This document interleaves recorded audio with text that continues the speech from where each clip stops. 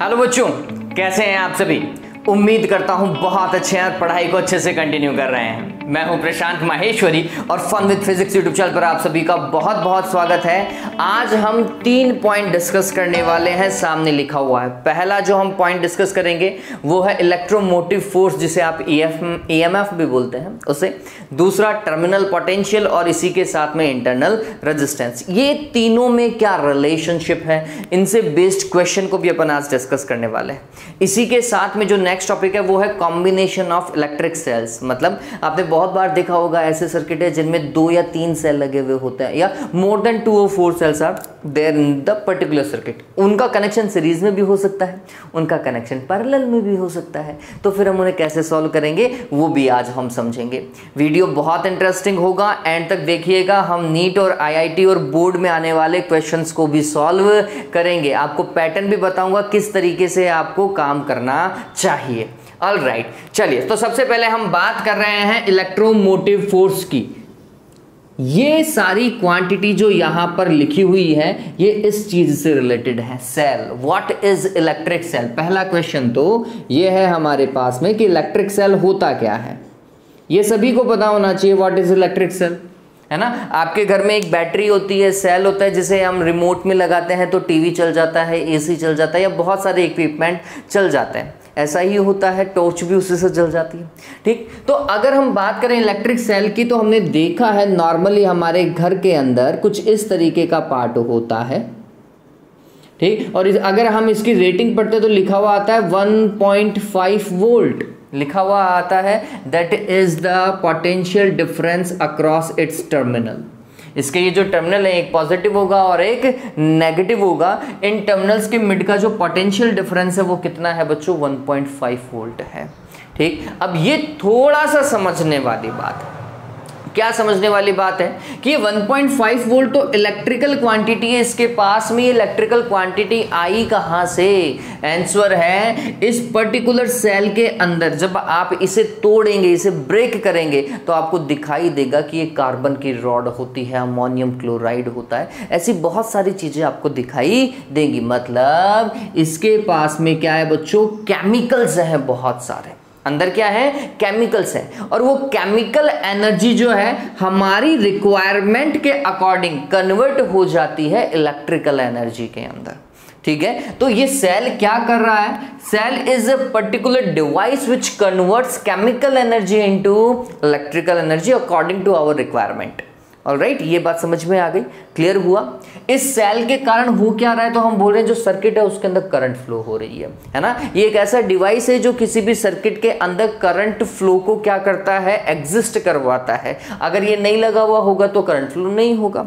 या फिर कोई सोर्स आप मान लीजिए, सेल क्या है? एक तरीके का इलेक्ट्रिकल सोर्स है जिसके कारण सर्किट में करंट फ्लो होती है। एक सिंपल सी डेफिनेशन में यहां पर लिख देता हूं, a device which converts chemical energy into electrical energy. बस इतना ध्यान में रख लो, इससे ज्यादा कोई वैसे भी 12th में आता नहीं है इतना। A device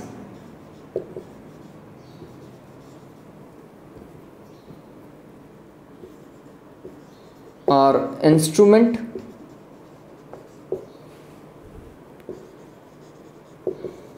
which converts chemical energy into electrical energy. अब ये सेल जो है वो 2 तरीके के हैं। टाइप्स अगर हम बात करें तो 2 तरीके के सेल होते हैं। एक होता है प्राइमरी सेल, ये आपने 10th में पढ़ा होगा, और एक होता है सेकेंडरी सेल। ये कौन से सेल है भाई? Can not be charged. ऐसे सेल जो एक बार ही यूज आते हैं, इन्हें बार बार यूज नहीं किया जा सकता। मतलब these are not rechargeable.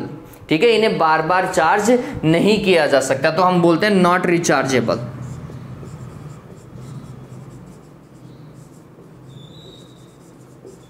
Not rechargeable, आप इन्हें क्या नहीं कर सकते? रिचार्ज नहीं कर सकते, बार बार चार्ज नहीं कर सकते। इनको चार्ज किया जा सकता है, चार्जेबल और रिचार्जेबल। ठीक है। इसका एक सिंपल सा एग्जांपल है, हमारे जो ड्राई सेल्स आते हैं ना, घर में जो आप सेल यूज करते हो बैटरी वाला, वो ड्राई सेल जो है वो नॉर्मली एक ड्राई सेल जो होता है वो नॉन रिचार्जेबल होता है, प्राइमरी सेल होता है, ठीक। इसी तरीके से हम बहुत सारे स्टैंडर्ड सेल जो होते हैं, स्टैंडर्ड सेल कौन से, Leclanche cell, Daniell cell, cadmium cell, ये सारे के सारे स्टैंडर्ड सेल कैसे हैं बच्चों, प्राइमरी सेल हैं। इनमें एग्जांपल क्या याद रखोगे, स्टैंडर्ड सेल के अंदर लैक्लांसी, डैनियल एंड कैडमियम सेल, ठीक है। इन चीज को ध्यान में रखिएगा। ऐसे ही यहां पर अगर हम रिचार्जेबल की बात करें तो आपने एक पढ़ा होगा लेड सेल आता है ना, एक लेड सेल आता है, उस लेड सेल को हम बोलते हैं वो सेकेंडरी सेल है, उसे हम बार बार क्या कर सकते हैं, चार्ज कर सकते हैं, ठीक। लेकिन ये एग्जाम के अंदर कभी पूछा नहीं जाएगा।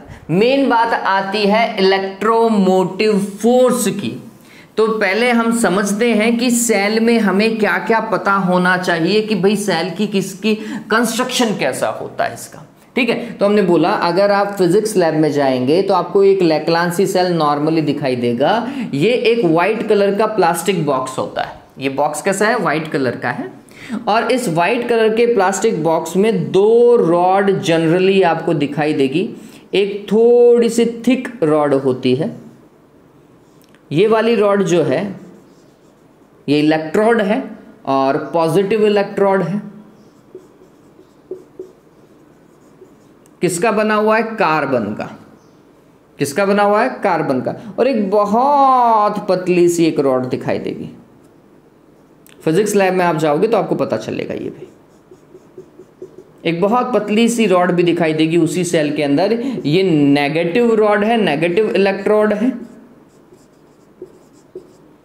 ठीक। और ये नेगेटिव इलेक्ट्रोड लैक्लांसी सेल के अंदर बना हुआ होता है जिंक का। किसका बना हुआ होता है बच्चों, जिंक का बना हुआ होता है। इसके अंदर अगर आप देखेंगे तो एक वाटर सॉल्यूशन भी होता है जिसे आप इलेक्ट्रोलाइट बोलते हो। क्या बोलते हैं हम उसे, इलेक्ट्रोलाइट बोलते हैं। ये क्या है, इलेक्ट्रोलाइट।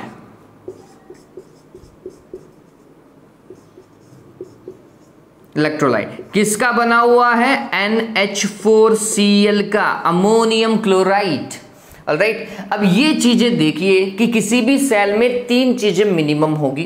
पहला पॉजिटिव रॉड, दूसरा नेगेटिव रॉड और तीसरा है इलेक्ट्रोलाइट बच्चों।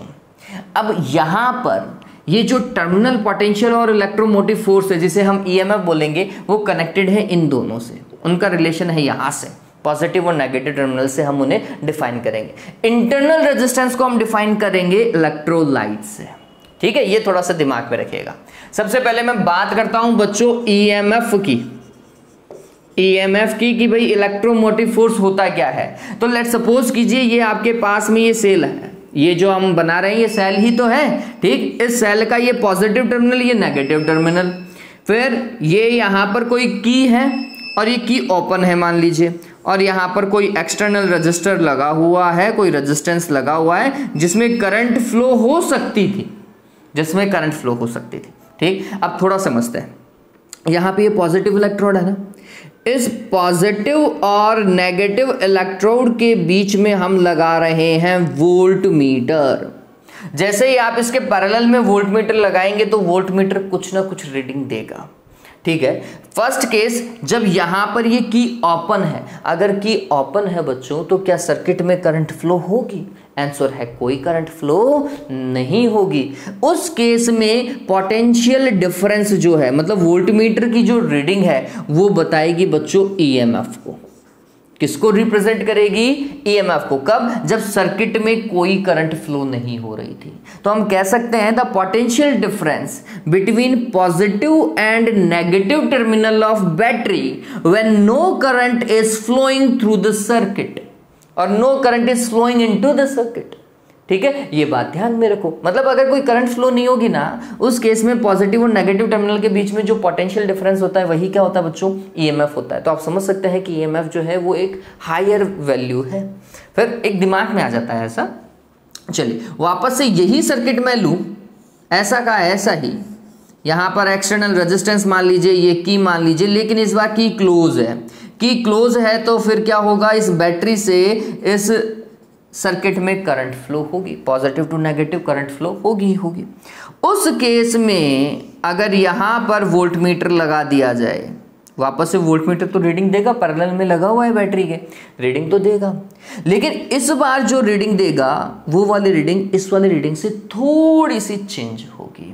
ठीक, इस केस में ये जो वैल्यू मेजर करता है that is terminal potential. Terminal potential,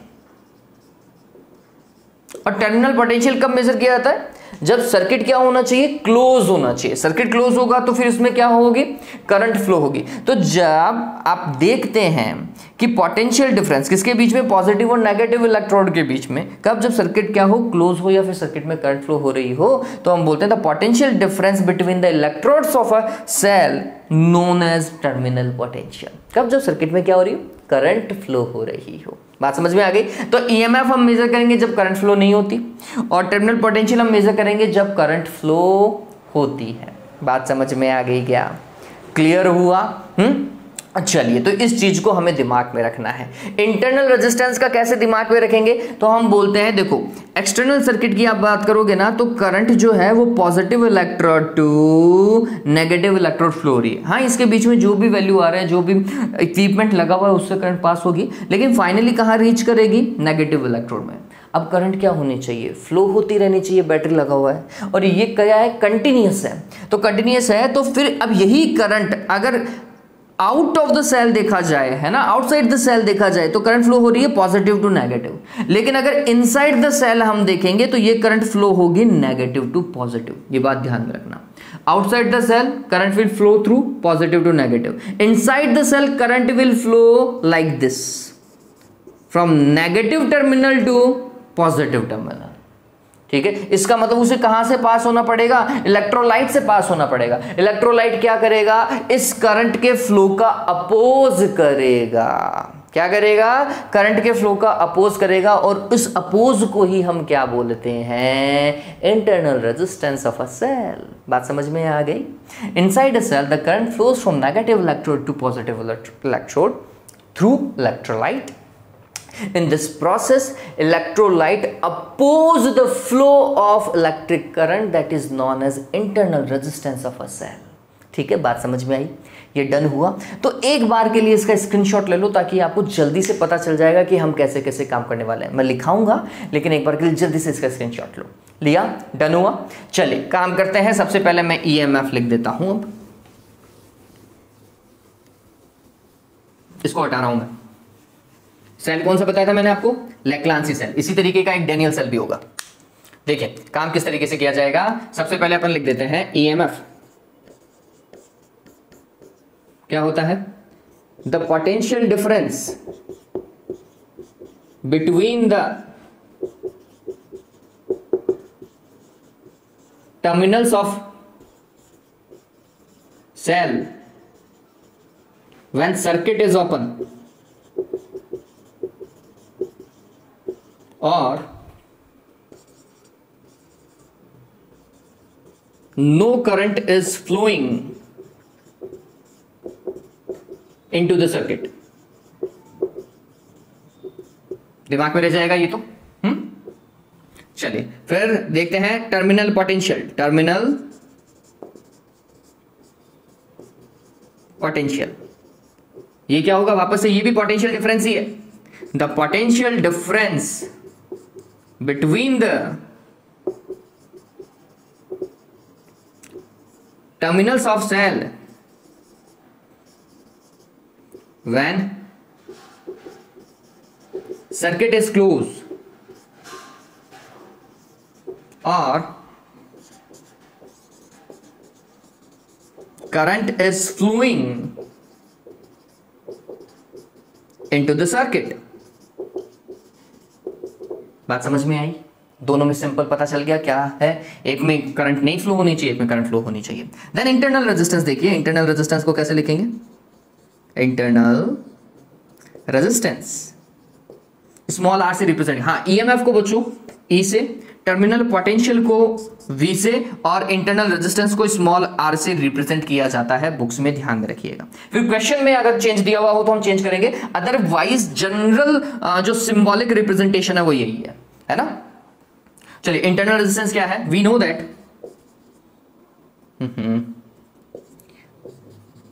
that outside the cell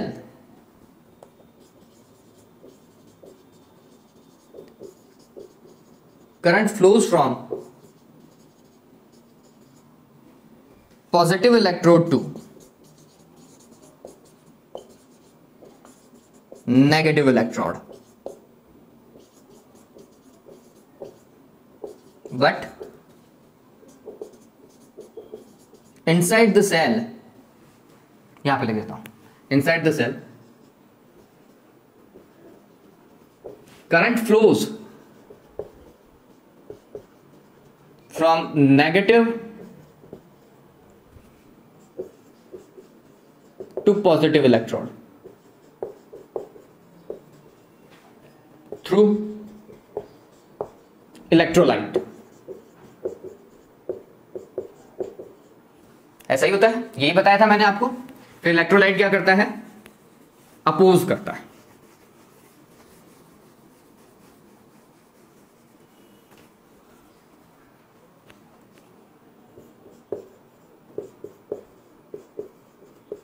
The property of cell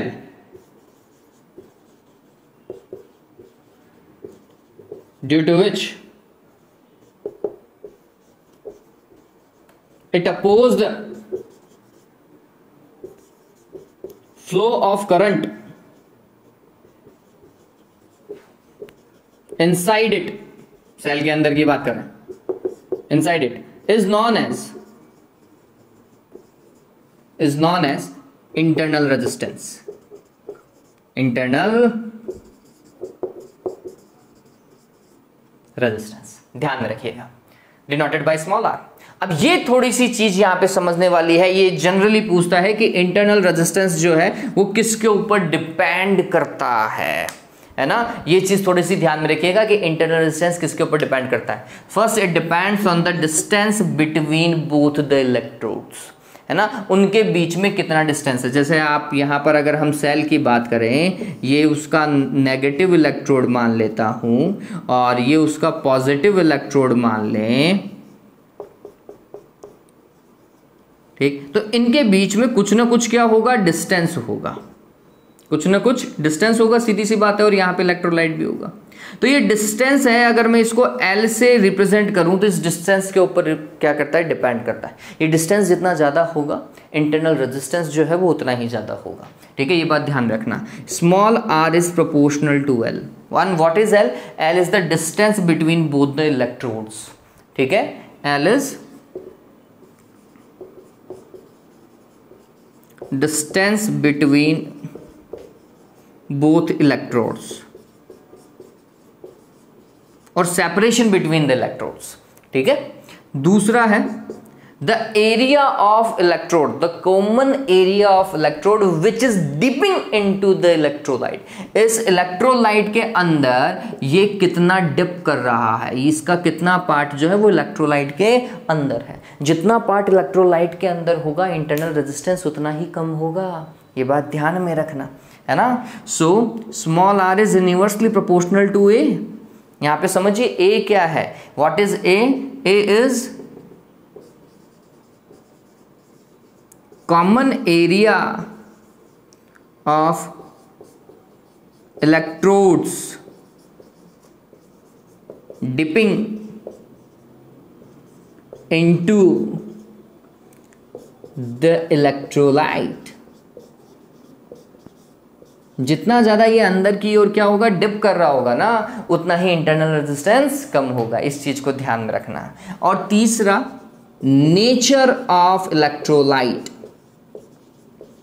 nature of electrolyte, इस चीज़ को भी ध्यान में रखना है। इलेक्ट्रोलाइट कैसा भी हो सकता है ना, आप बोल सकते हैं ये डाइल्यूट हो सकता है, ये कॉन्सेंट्रेट हो सकता है, तो उसका कॉन्सेंट्रेशन कैसा है वो ध्यान में रखना है वाली बात होती है इसमें। तो nature of electrolyte and finally we will write the temperature.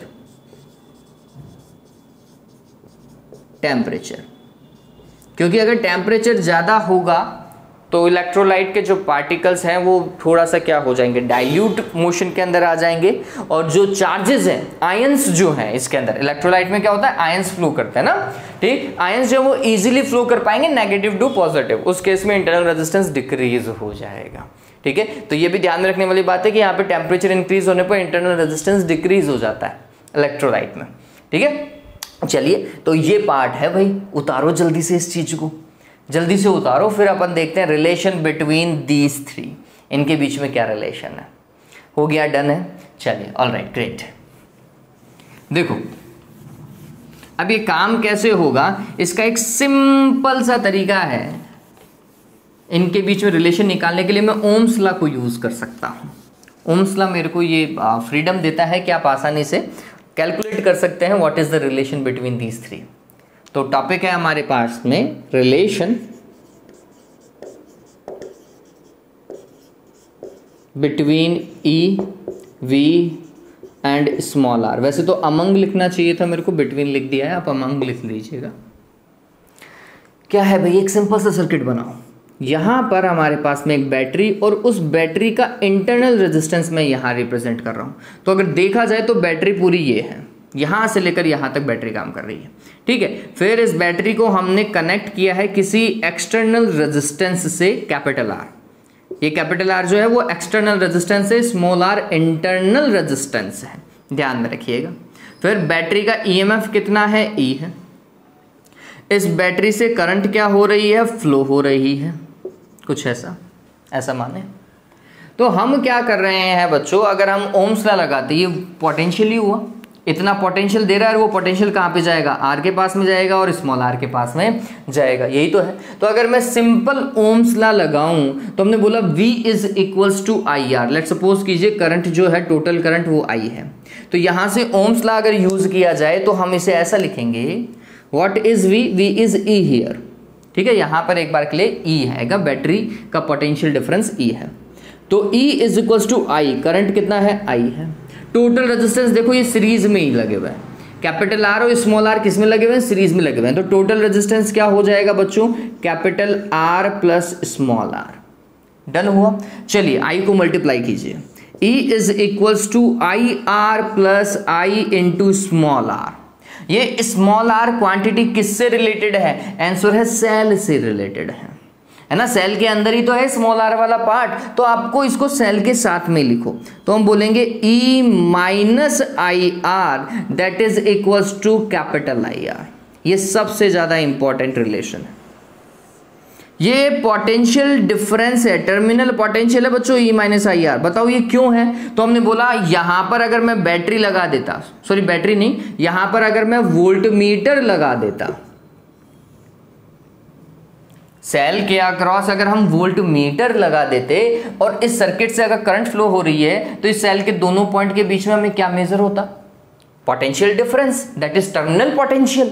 Clear है ये बात, जब सर्किट में करंट फ्लो होती है तो सेल के दोनों इलेक्ट्रोड्स के मिड का जो पोटेंशियल डिफरेंस है वो क्या होता है, टर्मिनल पोटेंशियल होता है। तो हमने बोला कि यहां से लेकर यहां तक के बीच में जो पोटेंशियल डिफरेंस है वो यही है, E माइनस आई आर, और ये क्या होना चाहिए, दैट इज टर्मिनल पोटेंशियल। ये क्या है, टर्मिनल पोटेंशियल है, ये बात ध्यान रखना। तो E minus I R is equals to terminal potential V, और यहां से अगर मैं देखता हूं तो V किसके इक्वलेंट है, आई आर के इक्वलेंट है। बताओ है नहीं है, अरे बताओ है नहीं है, आ रहा है ये बहुत इंपॉर्टेंट इक्वेशन हो गई, सबसे ज्यादा इंपॉर्टेंट इक्वेशन है जिसका हम यूज करने वाले हैं। तो जब भी सर्किट के अंदर करंट फ्लो हो रही हो तो आपको ये चीज हमेशा दिमाग में रखनी पड़ेगी, क्या भाई, V is equals to terminal potential across the cell is equals to E minus I R. ये रिलेशन आ गया तीनों में। What is V, terminal potential, that is also equal to I R, capital I R. E क्या है, EMF है, I current है जो फ्लो हो रही है और स्मॉल आर क्या है बच्चों, इंटरनल रेजिस्टेंस। यहां से आपको करंट निकालनी हो तो करंट का कॉन्सेप्ट भी समझ लो। कॉन्सेप्ट ऑफ करंट क्या है? कॉन्सेप्ट ऑफ करंट ये बोलता है total EMF of the circuit divided by total resistance, और रेजिस्टेंस होता है external resistance plus internal resistance. ठीक है, टोटल रेजिस्टेंस कैसे देखोगे सर्किट का? External resistance plus internal resistance. इस चीज को ध्यान में रखना, ये बहुत इंपॉर्टेंट लॉजिक है ना। आप बोलोगे कि सर ये तो हमें आता है, फालतू में बता रहे हो आप। जब सवाल करोगे ना तब पता चल जाएगा तुम्हें कितना आता है। चलो, ये केस हुआ V is to E minus I R. ये 99.99% में हम यही यूज करेंगे। 0.01% में ये भी क्वेश्चन आ सकता है कि क्या पोटेंशियल डिफरेंस, मतलब टर्मिनल पोटेंशियल जो है वो ईएमएफ से ज़्यादा हो सकता है? इस केस में तो पता चल रहा है कि ईएमएफ से कम है। ये केस कैसा है? When V is less than E। गौर कीजिए, अरे E में कुछ आप सब्ट्रैक्ट कर रहे हो तब जाके V मिल रहा है। ठीक है, और ये 99.99 केस में ऐसा ही होता है जब सेल से करंट फ्लो हो रही है। ऐसा भी तो पॉसिबल है कि सेल को चार्ज किया जा सकता है। ठीक है, सेल को क्या किया जा सकता है? चार्ज किया जा सकता है। तो in case of charging, in case of charging the cell, charging the cell, जब आप सेल को क्या कर रहे हो? चार्ज कर रहे हो, तो फिर क्या होगा? ये करंट का डायरेक्शन उल्टा हो जाएगा रे। थोड़ी देर पहले कैसे करंट फ्लो हो रही थी? ऐसे, यूं। ठीक, अब अगर आप सेल को चार्ज करोगे तो करंट ऐसा फ्लो करवाओगे भाई। ठीक है, अब इस केस में ये प्लस का ई नहीं रहा, देखा जाए तो माइनस का ई होगा। ठीक है, लिखने का तरीका क्या होगा वो समझने वाली बात है। तो हमने बोला करंट तो फ्लो हो ही रही है, तो पोटेंशियल डिफरेंस V जो लिखा जाएगा बच्चों, वो लिखा जाएगा E प्लस आई आर। ये और ध्यान में रखना, इस केस में एक्सटर्नल पोटेंशियल जो है या फिर टर्मिनल पोटेंशियल जो है वो ज्यादा होता है। किससे? ईएमएफ से। यही वो केस है जब ईएमएफ कम होता है। तो ध्यान में रखिए, कई बार ये पूछता है कि ईएमएफ कौन से केस में कम होता है या टर्मिनल पोटेंशियल कौन से केस में बहुत ज्यादा होता है। तो आपको पता चल जाना चाहिए ये वो केस है चार्जिंग वाला। When a cell is charging, sorry we are charging the cell, cell is charging, we are charging the cell. ठीक है, ये बात समझ में आ गई क्या? इस चीज को ध्यान में रखना, कितना ज्यादा होता है? आई आर ज्यादा होता है। ठीक है, लॉस पोटेंशियल भी बोलते हैं, स्मॉल कैपिटल आई और इनटू स्मॉल आर को बोलते हैं लॉस पोटेंशियल भी बोलते हैं। ये क्या है? एक तरीके का लॉस ही तो है। अगर इंटरनल रेजिस्टेंस नहीं होता तो जितना ई होता उतना ही वी होता है ना। अगर मैं इस स्मॉल आर को जीरो कर दूं तो वी और ई इक्वल हो जाएगा, नहीं हो जाएगा? ठीक, लेकिन ऐसा होता नहीं है। तो हम बोलते हैं कि सेल का कुछ ना कुछ पोटेंशियल जो है वो खराब हो जाता है। ये खराब ही तो हुआ है, that is known as loss potential. ठीक है, इसको क्या बोलते हैं? लॉस पोटेंशियल भी बोलते हैं। ये खराब हुआ, ये लॉस है एक तरीके का। ठीक, चलो इतना दिमाग में रखो। एक बार के लिए स्क्रीनशॉट लो, फिर कॉम्बिनेशन ऑफ सेल के ऊपर चलते हैं। कॉम्बिनेशन ऑफ सेल के ऊपर चलते हैं, जल्दी से स्क्रीनशॉट लो। लिया? अब कॉम्बिनेशन ऑफ सेल को थोड़ा सा जल्दी कंप्लीट करने की कोशिश करूंगा, क्योंकि मुझे ऐसा लग रहा है कि ये वीडियो लेक्चर थोड़ा सा बड़ा जाने वाला है। ठीक है, और क्वेश्चंस भी करवाने हैं। इसको क्वेश्चन इंटरेस्टिंग है और मोस्टली क्वेश्चन इसी से है, V is to E minus I R से। Most of the questions are related to this particular equation, V is equals to E minus I R. चलिए काम करते हैं। सबसे पहले कॉम्बिनेशन ऑफ सेल में हम लिखेंगे series combination of cell, series combination of cells. और मैं अभी 2 सेल की ही बात करूंगा ताकि सिंपल रहे, उसके बाद में हम n सेल की ओर स्विच कर जाएंगे। देखिए, मान लेते हैं सिंपलिसिटी के लिए कि हमारे पास में ऐसे 2 सेल हैं। ये पहला सेल है, यहां से लेकर यहां तक काम कर रहा है, इसका EMF E1 है और इसका इंटरनल रेजिस्टेंस स्मॉल r1 है। फिर एक और दूसरा सेल है जिसका EMF E2 है और इंटरनल रेजिस्टेंस जो है वो R2 है। ठीक, ऐसा काम कर रहे हैं। और इसको फिर सर्किट को जोड़ दिया एक्सटर्नल रेजिस्टेंस से, दैट इज कैपिटल R। अगर मैं R एक्सटर्नल लिखता हूं तो मेरे लिए R एक्सटर्नल कितना है? कैपिटल R के इक्विवेलेंट है। सर्किट में कुछ ना कुछ करंट फ्लो हो रही होगी, और ये बात ध्यान में रखना, करंट का डायरेक्शन कहाँ से लेना है सीरीज में, तो सिंपल सा तरीका है, जिस बैटरी का ईएमएफ ज्यादा होगा उसी से ही आप करंट का डायरेक्शन लेंगे। ठीक है, लेट्स सपोज करो ये 4 का है, ये 9 का है, तो 9 वोल्ट वाला देखो, 9 वोल्ट वाली बैटरी से ही करंट की डायरेक्शन देखो, क्योंकि इनकी पोलैरिटी तो वो कभी भी चेंज कर सकता है। ठीक, चलिए ये पता चला। ऑलराइट, इस पॉइंट को मैं लिख देता हूं ए, इस वाले को लिखा बी और इस वाले को लिखा सी पॉइंट। डन हुआ। अगर मेरे को इक्विवेलेंट रेजिस्टेंस कैलकुलेट करना है तो मैं बोलूंगा कि अगर इनको इक्विवेलेंट रेजिस्टेंस नहीं, इक्विवेलेंट ईएमएफ कैलकुलेट करना है या इक्विवेलेंट इंटरनल रेजिस्टेंस कैलकुलेट करना है, तो उस केस में हम बोलेंगे कि इस पूरे को हटाओ और इस पूरे को हटा करके सिर्फ एक ही सेल लगाना है आपको, है ना। इसको रिप्लेस करना है, इस पूरे के पूरे पार्ट को रिप्लेस करना है एक ऐसे सेल से जिसका ईएमएफ कितना हो, ई इक्विवेलेंट हो। और ई इक्विवेलेंट किसके बराबर हो, जो ये दोनों काम कर रहे हैं ना, वो काम अकेला ये कर दे। मतलब ये दोनों क्या काम कर रहे हैं, आंसर है सर्किट के अंदर आई करंट फ्लो करवा रहे हैं, तो फिर ये ईएमएफ जो है वो भी सर्किट में कितना फ्लो करवाना चाहिए, आई करंट ही फ्लो करवाना चाहिए। ठीक, दूसरा, जितना टोटल इंटरनल रेजिस्टेंस इन दोनों का है उतना इसका भी होना चाहिए। ठीक है, यही तो काम है। तो हमने बोला इन दोनों को पूरे को हटाया और उसकी जगह हमने क्या लगा दिया, ये लगा दिया। मतलब ए और सी के बीच में आप क्या लगा सकते हैं, एक ऐसा सेल लगा सकते हैं जिसका ईएमएफ इतना है जितना इन दोनों का ईएमएफ काम करता है, उसका इंटरनल रेजिस्टेंस इतना है जितना इन दोनों का इंटरनल रेजिस्टेंस है। ठीक है, वैसे मैं आपको आंसर बता देता हूं, सीरीज में सबसे सिंपल पार्ट होता है, जो ईएमएफ होता है वो डायरेक्ट ऐड हो जाता है, E1 + E2, अगर सेम पोलैरिटी के साथ में चल रहे है ना, एक का पॉजिटिव दूसरे के नेगेटिव से कनेक्टेड हो, सेम पोलैरिटी के साथ में चल रहे हो, तो E1 + E2।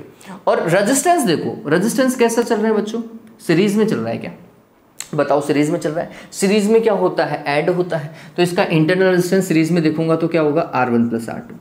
तो ये है टोटल ईएमएफ, ये है टोटल इंटरनल रेजिस्टेंस, ये ध्यान में रखना, ये आएगा ही, ये आएगा ही। कैसे आएगा वो सॉल्व करने वाली बात है, डेरिवेशन देखो नीचे मैं कंप्लीट कर दूंगा पूरी, बहुत सिंपल सा है।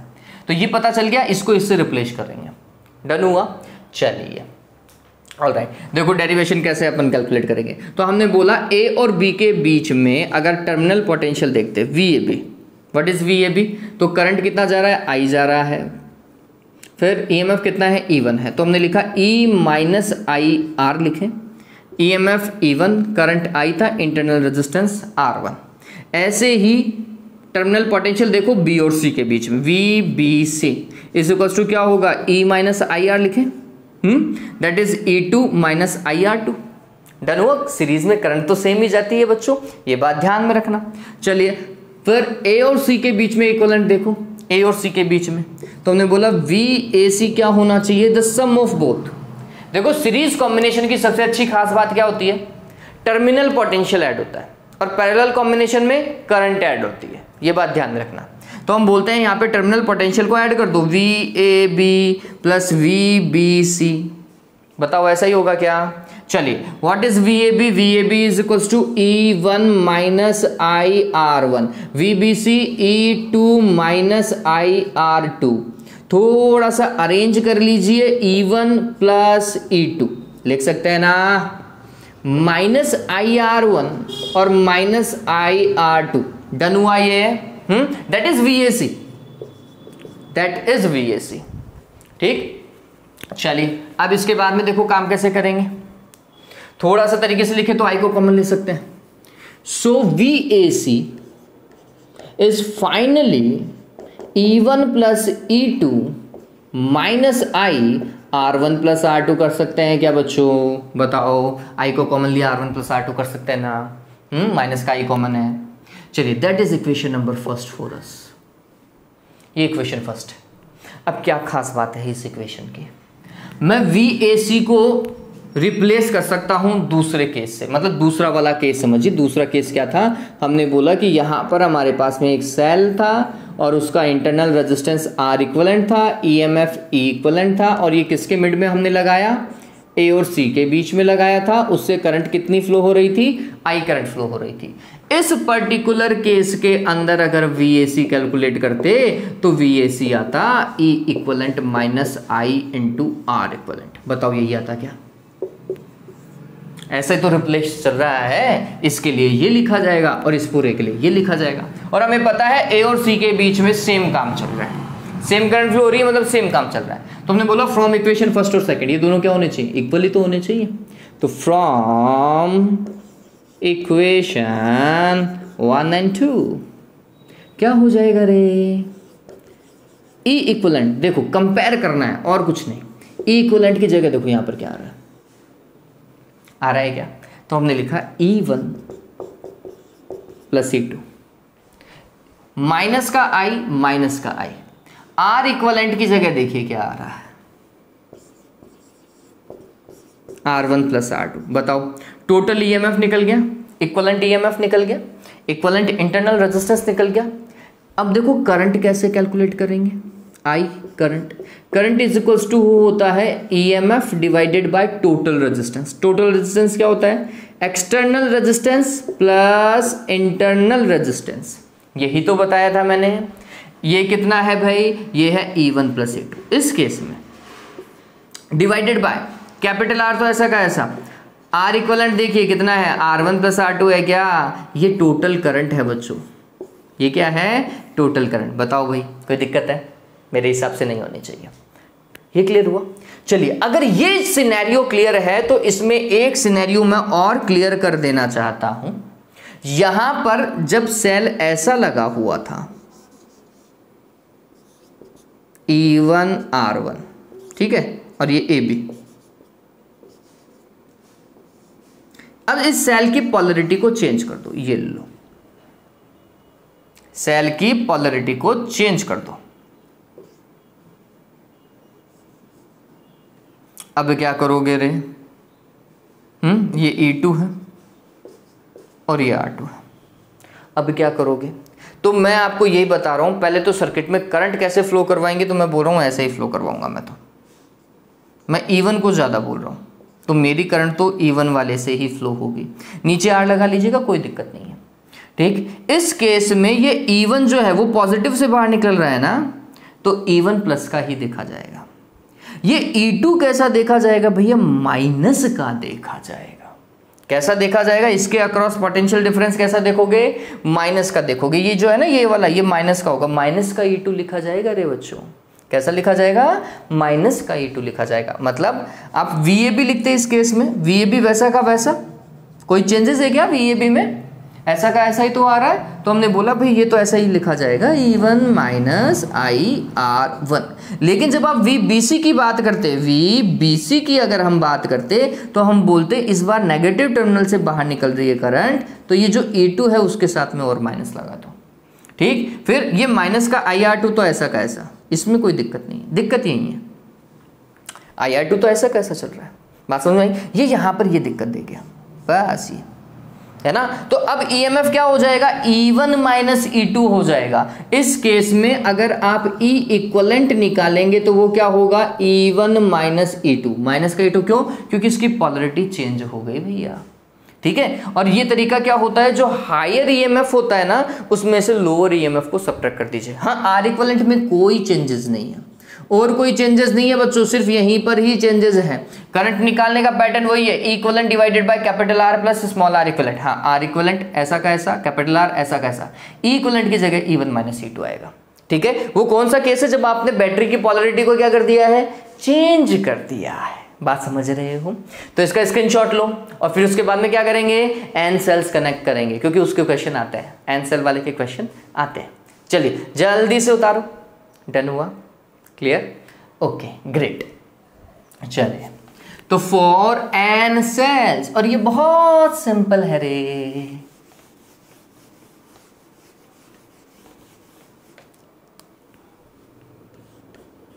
For small N sales. देखिए स्मॉल एन सेल्स के लिए हम क्या बोलेंगे, E इक्वलेंट देखो ऐड ही तो हो रहा था ना, तो ये क्या होगा E1 plus E2 plus E3, और जितने भी आप ऐड करते हुए चलें वो पॉलिटी देख लीजिएगा, लेकिन हम तो यही दे करके चलेंगे, ठीक है। उस केस में R इक्वलेंट क्या होगा, वो भी ऐड होगा क्योंकि सीरीज में ही तो है, R1 plus R2 plus R3 dot dot dot Rn। और अगर सारे सेम सेल हों, if all are same cells, light आ गई तो शायद ब्राइटनेस में थोड़ा सा चेंजेस है ना। चलिए, अगर सारे के सारे सेल एक जैसे हैं तो सभी का EMF सेम होगा, सभी का इंटरनल रेजिस्टेंस भी सेम होगा। तो उस केस में E इक्विवेलेंट जो होगा बच्चों वो कुछ ऐसा होगा, E plus E dot dot dot last वाला का भी EMF कितना E, फाइनली कितना आएगा रे, नहीं आएगा, नहीं आएगा।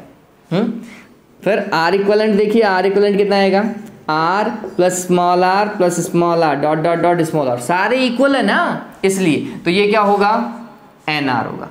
अगर आपको कोई बोले कि करंट कैलकुलेट करो उस केस में, तो आप बोलोगे कि sir E equivalent divided by capital R plus small r equivalent, यही होता है external resistance plus internal resistance. E equivalent कितना, स्मॉल n, कैपिटल R ऐसा का ऐसा, R इक्वलेंट कितना, N इंटू R। बताओ भाई, डन हुआ क्या, ये डन हुआ, ये ध्यान में रखिएगा, इस चीज को दिमाग में रखना ही पड़ेगा। क्वेश्चन करेंगे, जल्दी से स्क्रीनशॉट लो, फिर पैरेलल कॉम्बिनेशन की तरफ चलते हैं। हुआ डन? चलिए अब काम करते हैं पैरेलल कॉम्बिनेशन ऑफ सेल्स। ये क्या आएगा, पैरेलल कॉम्बिनेशन ऑफ सेल्स। अब पैरेलल कैसे कनेक्ट करते हैं, और पैरेलल में क्या सिनेरियो होता है, करंट ऐड होती है। पैरेलल में क्या ऐड होती है बच्चों, करंट ऐड हो जाएगी, क्योंकि करंट डिवाइड होती है, और जो डिवाइड हो रही है उसी को ही हमें क्या करना पड़ेगा, ऐड करना पड़ेगा।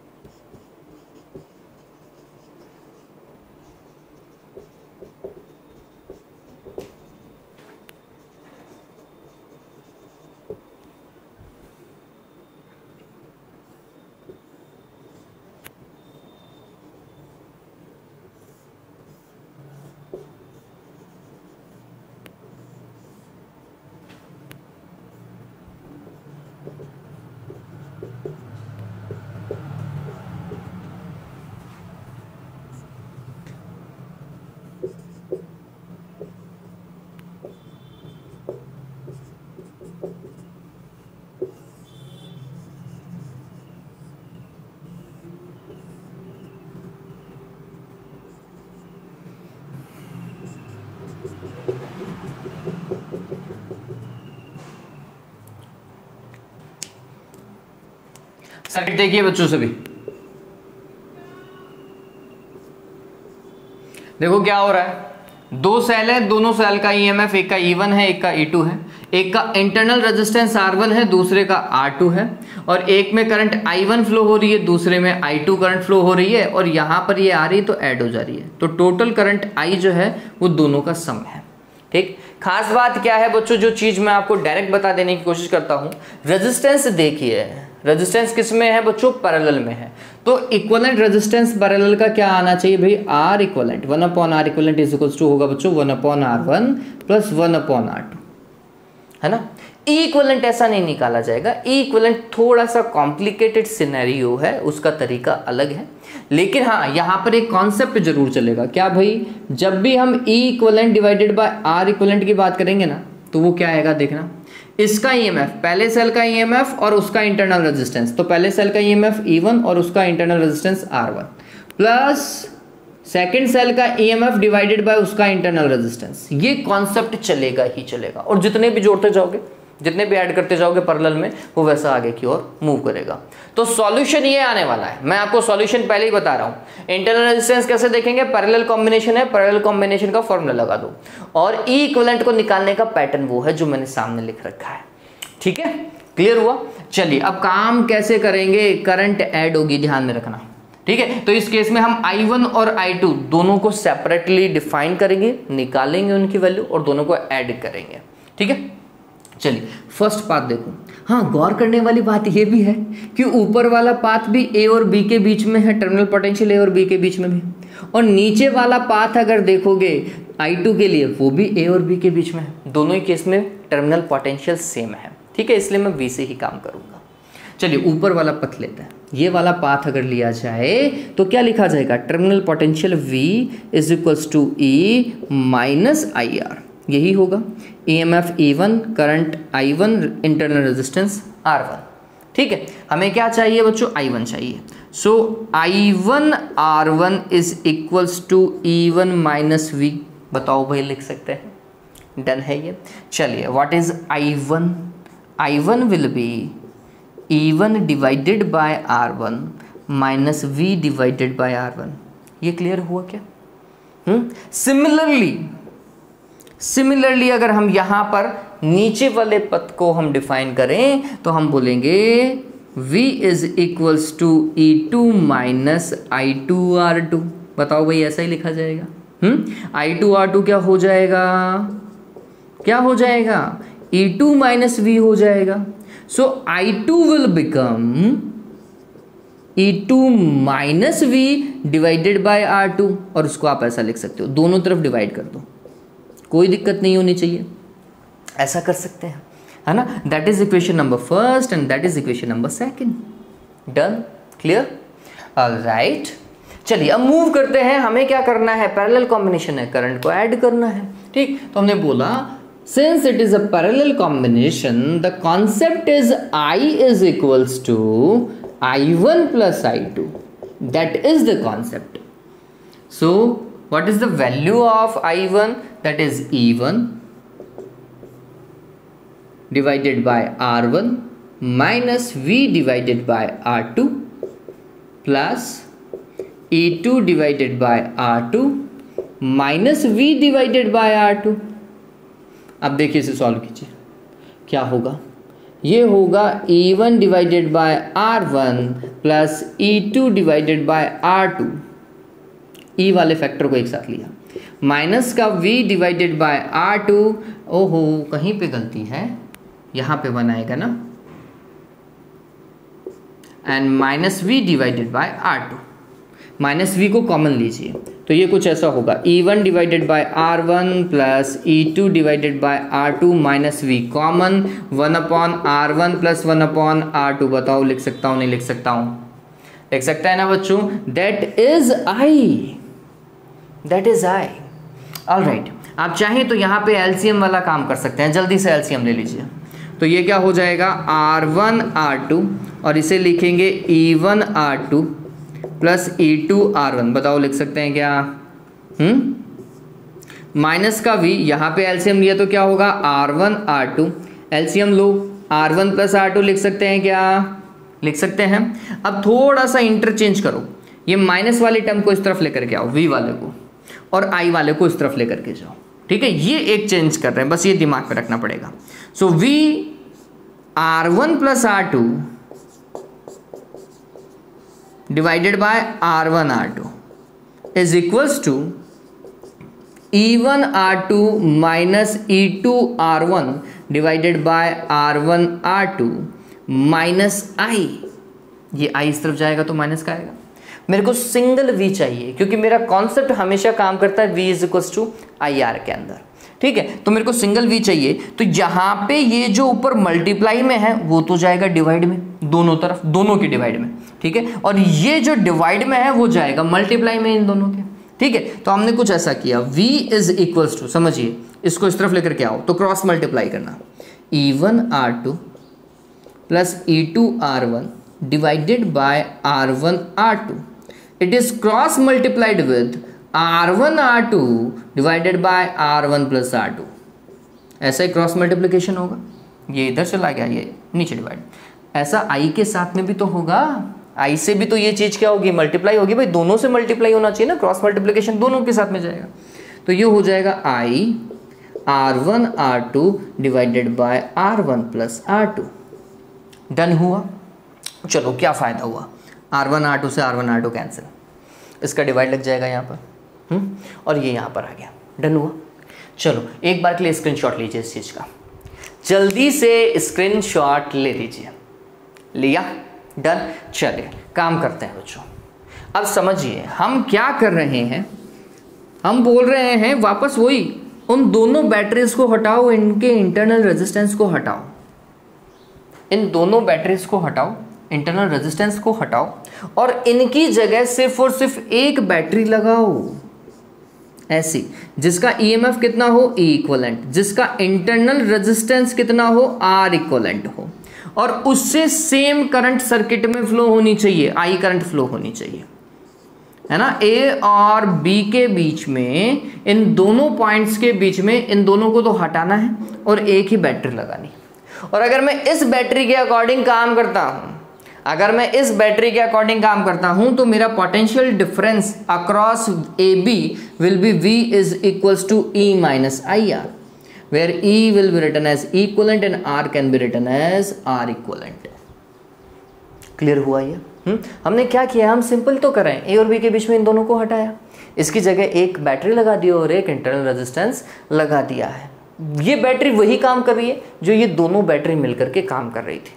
ये इंटरनल रेजिस्टेंस वही वर्क करेगा जो कि ये दोनों मिलकर के कर रहे थे। ठीक है, तो फिर दोनों को लगाने की जरूरत क्या है, एक ही सेल लगाओ। ठीक है, बात यही है, कॉन्सेप्ट यही है बच्चों, है ना।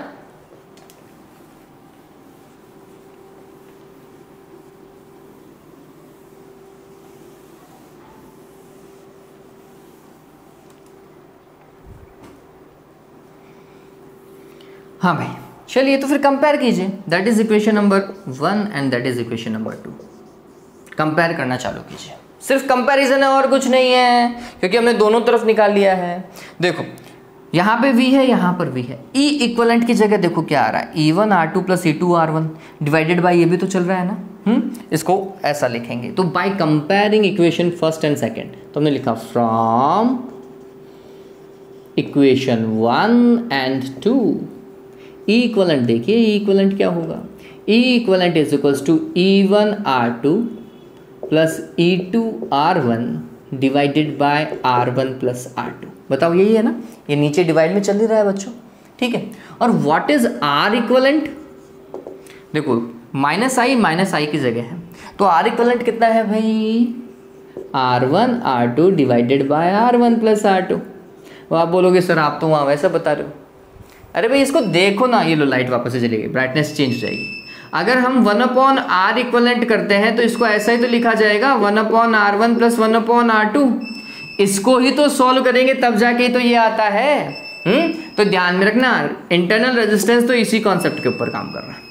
हाँ, मैं आपको बोल रहा था E equivalent divided by R equivalent, वो देखो वो कैसे आएगा, इसमें इसका डिवाइड दो, इसमें डिवाइड दो, E इक्वलेंट में R इक्वलेंट का डिवाइड दे दीजिए, इसमें इसका डिवाइड दिया, देखो R1 प्लस R2 से R1 प्लस R2 कैंसिल, ये R1 R2 इसके भी डिवाइड में है, ये R1 R2 इसके भी डिवाइड में है, तो ये हो जाएगा E1 R2 divided by R1 R2 plus E2 R1 divided by R1 R2।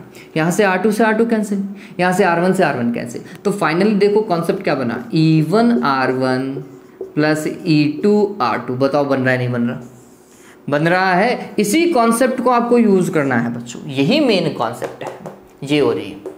Parallel combination में डायरेक्ट ईएमएफ नहीं याद रखते, हाँ 2 सेल आए तो 2 सेल का ईएमएफ आप डायरेक्ट याद रख लो, 2 सेल के लिए डायरेक्ट काम कर सकते हैं। लेकिन अगर ज्यादा 3 सेल हो गए उस केस में क्या करोगे, है ना, when there are more than 2 cells in to parallel combination then the concept will be work like this. ऐसा मैं अभी आपको बताता हूं n सेल के लिए कैसे करेंगे। ठीक है, n सेल के लिए इसे कैसे रिप्रेजेंट किया जाना चाहिए वो अपन सॉल्व करते हैं।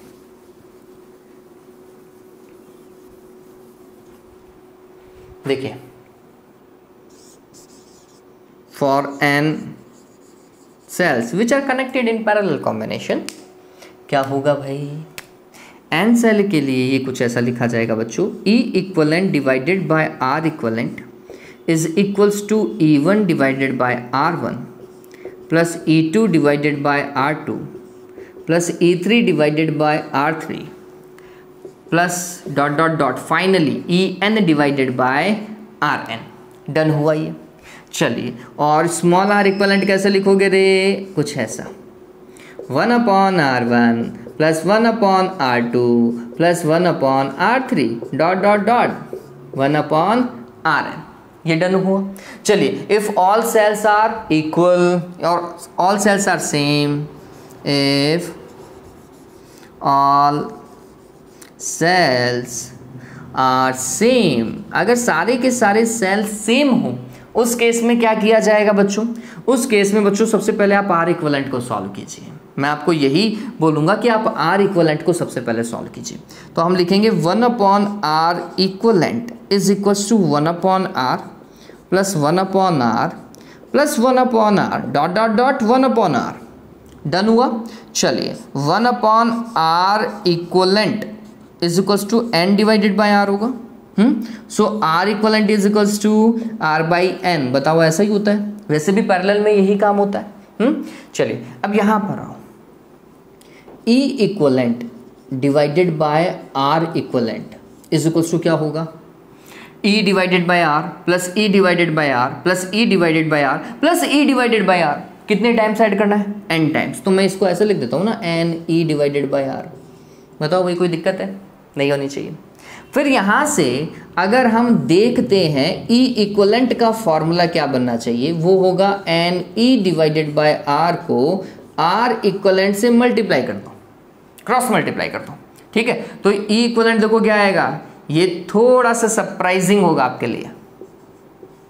n E divided by R को R इक्वलेंट से मल्टीप्लाई किया, that is R by n से n कैंसिल, R से R cancel, that will B E। गौर कीजिए, EMF पे इफेक्ट ही नहीं पड़ रहा। तो पैरेलल कॉम्बिनेशन में देखा जाता है कि EMF पे ज़्यादा इफेक्ट नहीं पड़ता, इफेक्ट नॉर्मली करंट पे पड़ता है वहाँ। ठीक है, तो ये बात ध्यान में रखिए। EMF तो उतना ही रह जाता है अगर सारे के सारे सेल सेम है ना। ये भी 2 वोल्ट का है, ये भी 2 वोल्ट का है, नीचे भी जितने भी लग रहे हैं सारे 2 वोल्ट के होंगे, तो फिर EMF भी कितना आएगा? 2 वोल्ट ही आएगा। ठीक है, अगर बस इंटरनल रेजिस्टेंस कम हो जाता है। इंटरनल रेजिस्टेंस कम हो जाने से क्या होता है, करंट जो है वो नॉर्मली हाई हो जाती है। नॉर्मली, हमेशा ऐसा हो जरूरी नहीं है, लेकिन नॉर्मली हाई हो ही जाती है। ठीक है, चलिए स्क्रीनशॉट लो इसका, फिर क्वेश्चन करना चालू करते हैं।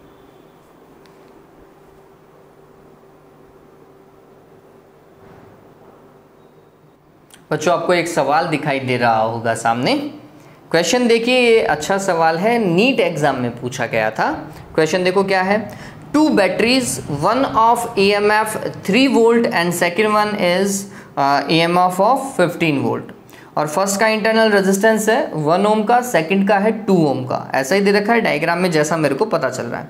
और एक R ओम का रेजिस्टेंस एक्सटर्नल रेजिस्टेंस है। If the potential difference between point A and B is 0, the resistance capital R in ohm is, देखो potential difference across A और B। मैं सर्किट को थोड़ा सा रीड्रॉ कर लेता हूं एक बार के लिए।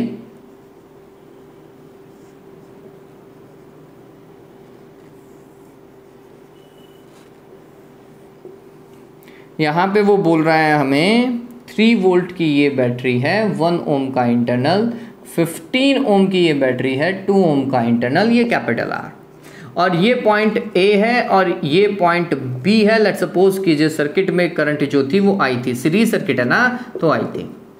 ठीक, अब वो बोल रहा है कि A और B के बीच में पोटेंशियल डिफरेंस कितना है? 0 है। तो फिर सर्किट के अंदर इस R की वैल्यू क्या होगी, यही बात है। चलिए, कोई दिक्कत नहीं है, हम R को कैलकुलेट कर सकते हैं। देखिए क्या होगा उस केस में। उस केस में हम बोलेंगे VAB, समझिए, VAB is equals to E minus IR। Since VAB is 0, that means E की वैल्यू कितनी है? 3 माइनस I तो कैलकुलेट नहीं है, R, इसका R कितना है? 1 ओम है। ठीक, इसका मतलब I की वैल्यू कितना आ गया? 3 एम्पियर आ गया क्या सर्किट में?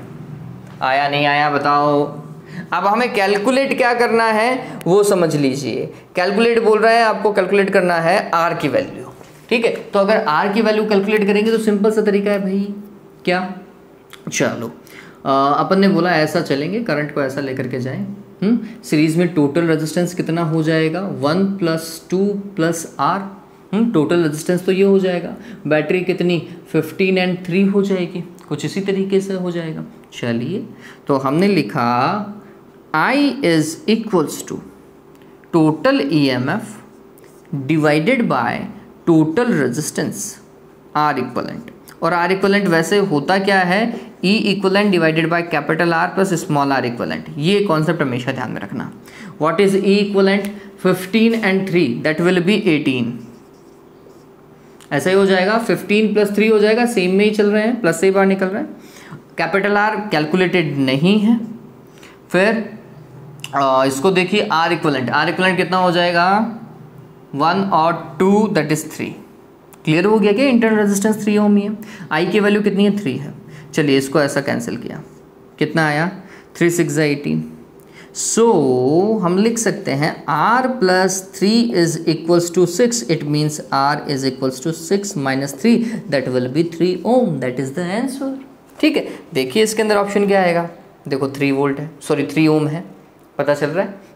तो ये बहुत सिंपल क्वेश्चन था। आपको सिर्फ एक ही सिनेरियो दिमाग में रखना था कि करंट I जो है वो क्वेश्चन मार्क है ना। तो करंट I को सॉल्व किया, करंट I को सॉल्व करते ही कैपिटल R आ गया ऑटोमेटिकली। एक फॉर्मूला लगाया था हमने।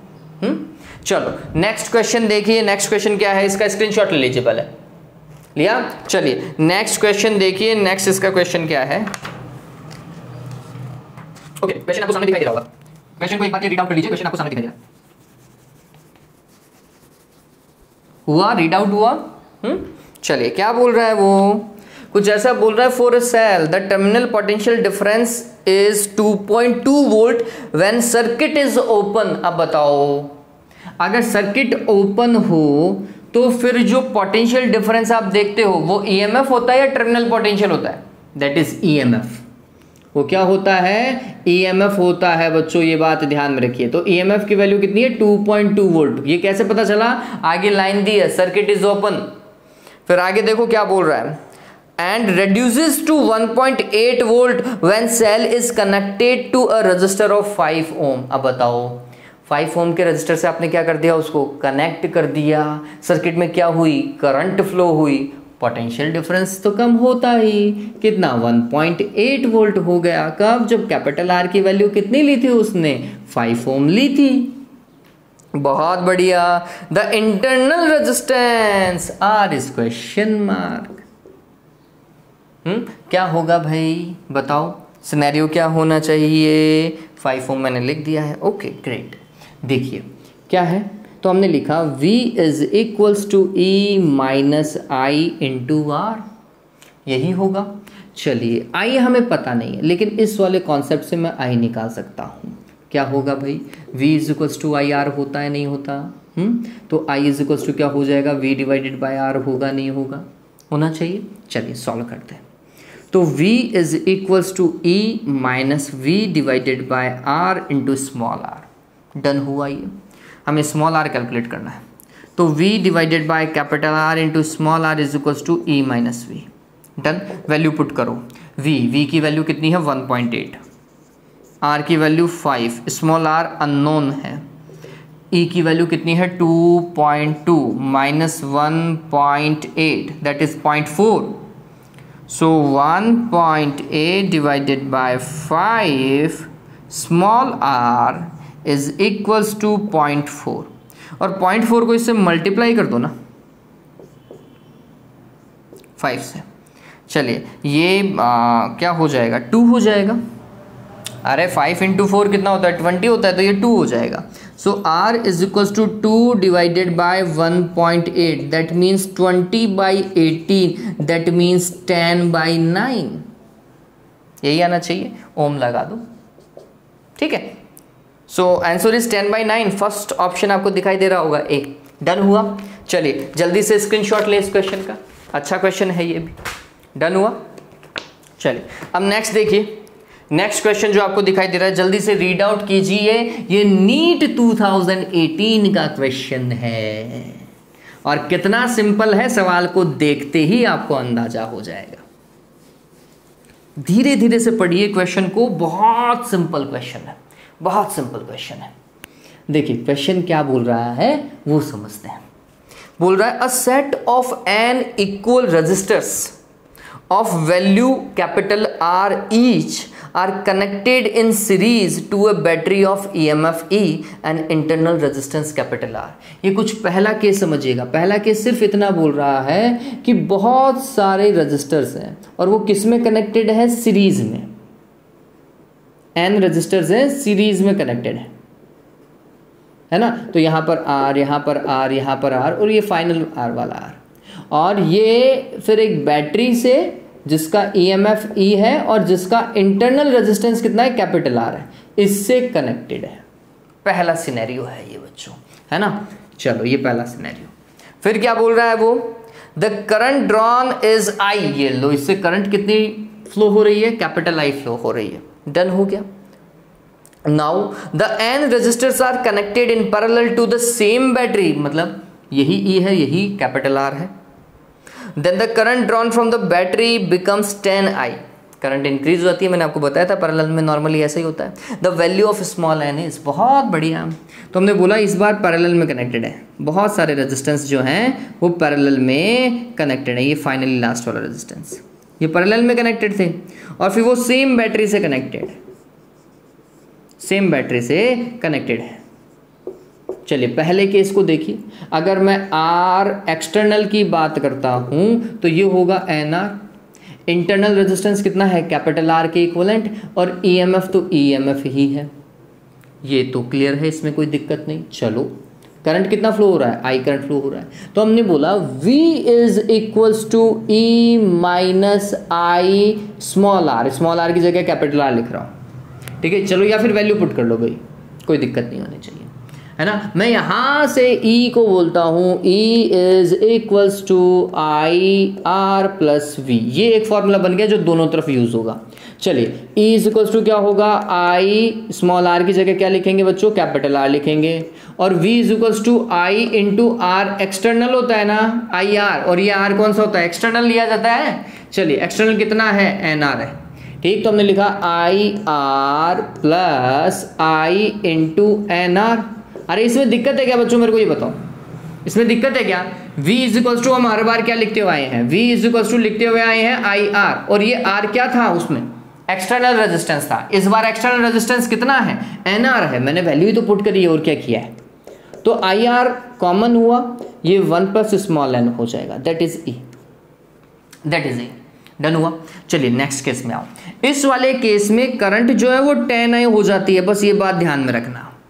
रेजिस्टेंस देखिए, रेजिस्टेंस कितना है, तो हमने बोला इस बार एक्सटर्नल रेजिस्टेंस जो है वो R/N होगा, पैरेलल में कनेक्टेड है ना।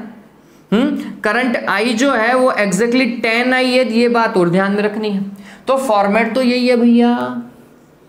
तो हमने second case E is equals to IR plus V, clear. लेकिन ये थोड़ा सा समझिए, इस बार I नहीं लिखेंगे, इस बार कितना लिखेंगे, 10I, क्योंकि सर्किट में कितना करंट फ्लो हो रही है, 10I फ्लो हो रही है। तो ये 10IR प्लस V, और V के अंदर भी जब आप IR लिखोगे ना तो I की जगह कितना लिखना है, 10 लिखना है। बस दिक्कत यही थी, इसी को ही पकड़ना था हमें।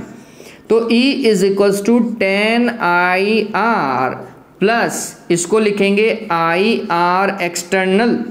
अरे यही लिखूं, और I की जगह कितना लिखेंगे भाई, 10 लिखेंगे बच्चों, बस इस चीज को पकड़ लीजिएगा। R एक्सटर्नल कितना है, R/N है। तो ये 10IR plus 10IR divided by N। फिर सॉरी, स्मॉल r की जगह तो कैपिटल R लिखना पड़ेगा ना। अरे लिखना पड़ेगा, नहीं लिखना पड़ेगा, क्वेश्चन में दिया हुआ था कैपिटल R। चलो क्या कॉमन लिया, 10IR कॉमन लिया इस बार। फिर यहां से क्या 1 और यहां से क्या 1/n, and that is equals to E। Done हुआ। गौर कीजिए दोनों सेम होने चाहिए, बैटरी तो सेम ही थी तो EMF भी क्या होगा, सेम होगा। तो from equation first and second equate कर दो। तो 10IR multiplied with 1 divided by 1, okay, plus 1 divided by 1, n क्या बोल रहा हूं मैं, इज इक्वल्स टू 10 तो नहीं आएगा, IR 1 प्लस n, ठीक है। IR से IR कैंसिल, अंदर मल्टीप्लाई करो तो ये हो जाएगा 10। मैं इसको इतना काहे को सॉल्व कर रहा हूँ, LCM ले लेता है। LCM लिया तो यहाँ पे आया n, और ये हो जाएगा 1 प्लस n, करके देख लो, LCM लोगे तो ये आएगा और इस तरफ भी कितना है बच्चों, 1 प्लस एन ही रिमेनिंग है। 1 प्लस एन से 1 प्लस एन क्या हो जाएगा, कैंसिल। एन को क्रॉस मल्टीप्लाई करवाओ, एन को क्रॉस मल्टीप्लाई करोगे तो एन इज इक्वल टू कितना बैठेगा रे, 10। 10 रेजिस्टेंस को आपको किस में लगाना पड़ेगा, पैरेलल में और सीरीज में लगाना पड़ेगा, तब जाके ये रामायण आएगी। ठीक है, सवाल बहुत अच्छा था और लेवल का सवाल था। कितना आएगा बच्चों, 10 आ गया। क्लियर हुआ ना, ये क्लियर हुआ। एक बार सीरीज में लगाया, सेल्स को नहीं लगाया उसने, रजिस्टर्स को लगाया है, रेजिस्टेंस को लगाया है। ये दिमाग में रखना था, सवाल को अच्छे से पढ़ना था। ठीक है, नेक्स्ट क्वेश्चन देखिए, क्वेश्चन नंबर 2। क्वेश्चन नंबर 2 मेरे बुक का है, आपके लिए तो नेक्स्ट ही है। देखो क्वेश्चन क्या है, स्क्रीनशॉट ले लिया होगा बच्चों, हटा ही रहा हूं मैं। क्वेश्चन नंबर 2 को थोड़ा तसल्ली से पढ़ें, अच्छे से पढ़ें।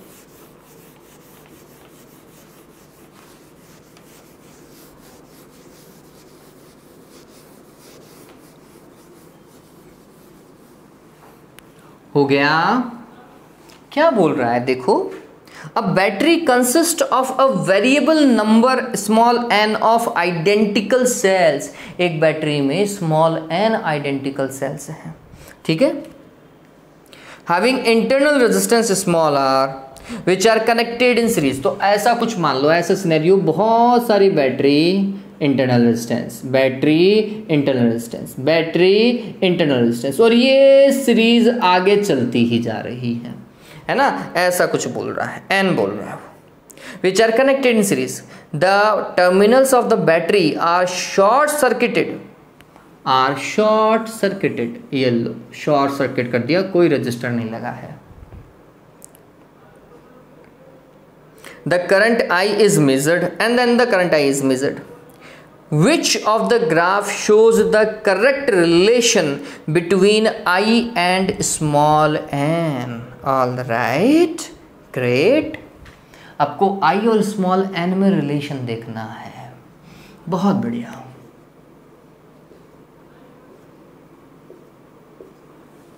ऐसा है, चलिए, अगर मैं यहां पर देखता हूं EMF को, टोटल EMF सीरीज में है ना, तो E इक्वलेंट कितना होगा, E equivalent is equals to E plus E N E हो जाएगा। और R इक्वलेंट कितना होगा, आंसर है NR होगा। एक्सटर्नल रेजिस्टेंस कितना है, 0 है। मैक्सिमम करंट फ्लो होगी, and I is equals to what, E equivalent divided by R equivalent plus capital R, यही लिखते हैं। अरे ऐसा ही होता है देवताओं, यही बताया मैंने हर बार, external resistance plus internal resistance और ऊपर इक्विवेलेंट। इक्विवेलेंट की वैल्यू कितनी, NE divided by R equivalent की वैल्यू कितनी, NR। कैपिटल R की वैल्यू 0 थी, लिखने की रिक्वायरमेंट ही नहीं है। N से N क्या हो गया, cancel. I is equals to E divided by R। मेरे को एक बात बताओ, क्या ये I डिपेंडेंट है N पर, करंट I जो है वो स्मॉल n पे डिपेंडेंट है क्या, है क्या, देखो जल्दी से, नहीं है, फॉर्मूले में कहीं है ना, या ही नहीं। सो I is independent on n, तो n की वैल्यू दुनिया में कुछ ही रखो रे, तुम 1 रखो, 10 रखो, 1000 रखो, I तो कांस्टेंट चलेगा। ठीक है, तो देखना I का जो कांस्टेंट वाला ग्राफ है ना, कांस्टेंट वाला कौन सा, A वाला, n की वैल्यू को इंक्रीज करता जा रहा है, I की वैल्यू में कोई चेंजेस नहीं आ रहा। अरे ये पता चल रहा है ना, n की वैल्यू इंक्रीज कर रहा है, यूं जा रहा है, लेकिन करंट I की वैल्यू देखो कांस्टेंट है, फिक्स वैल्यू। डन हुआ, बहुत बढ़िया सवाल है ये भी 18 में आया हुआ है, गजब। चलिए नेक्स्ट क्वेश्चन देखिए, नेक्स्ट क्वेश्चन क्या बोल रहा है, अ वेरी सिंपल क्वेश्चन और अ टेक्स्ट बुक क्वेश्चन, ये बुक का क्वेश्चन है। क्या बोल रहा है, the internal resistance of a 2.1 volt cell which gives a current of 0.2 ampere through a resistor of 10 ohm. क्या बोल रहा है, इंटरनल रेजिस्टेंस कैलकुलेट करना है क्या, ऐसा ही है ना, इंटरनल रेजिस्टेंस कैलकुलेट करना है। बैटरी का EMF कितना है, 2.1 वोल्ट, ठीक है, gives the current of 0.2 ampere through a resistor of 10 ohm. Capital R की वैल्यू दे रखी है, E की वैल्यू दे रखी है, क्या चाहिए आपको, capital R 10 ohm, EMF 2.1 ohm, current I that is flowing into the circuit is 0.2 ampere, 0.2 ampere. मेरे को एक बात बताओ, स्मॉल r आएगा नहीं आएगा, V is equals to E minus IR, दुनिया में इसको कोई नहीं रोक सकता। चलिए, तो IR इज इक्वल्स टू क्या होगा, E माइनस V। चलिए तो स्मॉल आर बराबर क्या होगा, ई माइनस वी की जगह आई आर लिख रहा हूँ, डिवाइडेड बाय क्या, आई।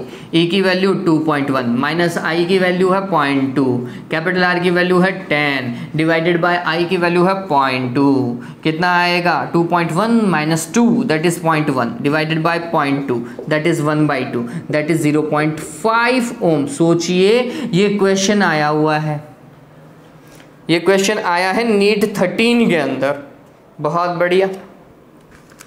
नेक्स्ट क्वेश्चन देखिए, नेक्स्ट क्वेश्चन देखिए that is question number, okay ये तो मेरी बुक में है, आपको जो क्वेश्चन दिखाई दे रहा है वो देखो, ये तो पता चल गया होगा, इसका तो स्क्रीनशॉट लेने की जरूरत भी नहीं थी। ये है सवाल जो सामने आया है और ये बहुत बढ़िया सवाल है, आजकल तो सीबीएसई में कॉमन हो गया है। मेंस, आईआईटी मेंस का क्वेश्चन है ये, आईआईटी मेंस का क्वेश्चन है और बहुत बढ़िया सवाल है ये। क्या क्वेश्चन बोल रहा है वो देखो, a cell having an EMF E and internal resistance small R is connected across a variable external resistance capital R as the resistance R is increase the plot of potential difference V across R is given by जल्दी से बोल गया ना मैं, चलो अरे बहुत simple है रे। क्या बोल रहा है, a cell of EMF E, internal resistance उसका स्मॉल आर मान लेता हूं मैं, और यहां पर एक एक्सटर्नल रेजिस्टेंस से कनेक्टेड है, यही बोल रहा है। ये एक्सटर्नल रेजिस्टेंस आर है ना, ये वेरिएबल है, आर को उसने फिक्स नहीं लिया है, वेरिएबल लिया है, मतलब आर की वैल्यू को इंक्रीज और डिक्रीज किया जा सकता है। तो बोल रहा है कि अगर आर की वैल्यू को इंक्रीज या डिक्रीज किया जाए तो इसके अक्रॉस जो पोटेंशियल डिफरेंस था, इसके अक्रॉस जो पोटेंशियल डिफरेंस था, कुल मिलाकर के टर्मिनल पोटेंशियल हो गया, वो कैसे वेरी करेगा जब आप आर को वेरी करोगे। तो एक सिंपल सा मेरे दिमाग में यह आता है, V is proportional to I into R, ऐसा ही होगा, सॉरी प्रोपोर्शनल नहीं, इक्वल टू, है ना। फिर यहां से मैं देखता हूं तो भैया ये तो प्रोपोर्शनलिटी का दिमाग में आता है, V is proportional to R लगाया तो एक सीधी लाइन खींच दी, ये ले ऐसा खींच दिया। लेकिन दिक्कत है बच्चों, क्या दिक्कत है बताता हूं। आपने ये तो कर दिया है, लेकिन उस केस में आपने आई को क्या माना, कांस्टेंट, क्या लेकिन इस सर्किट में ये करंट कांस्टेंट रही, आंसर है नहीं रही।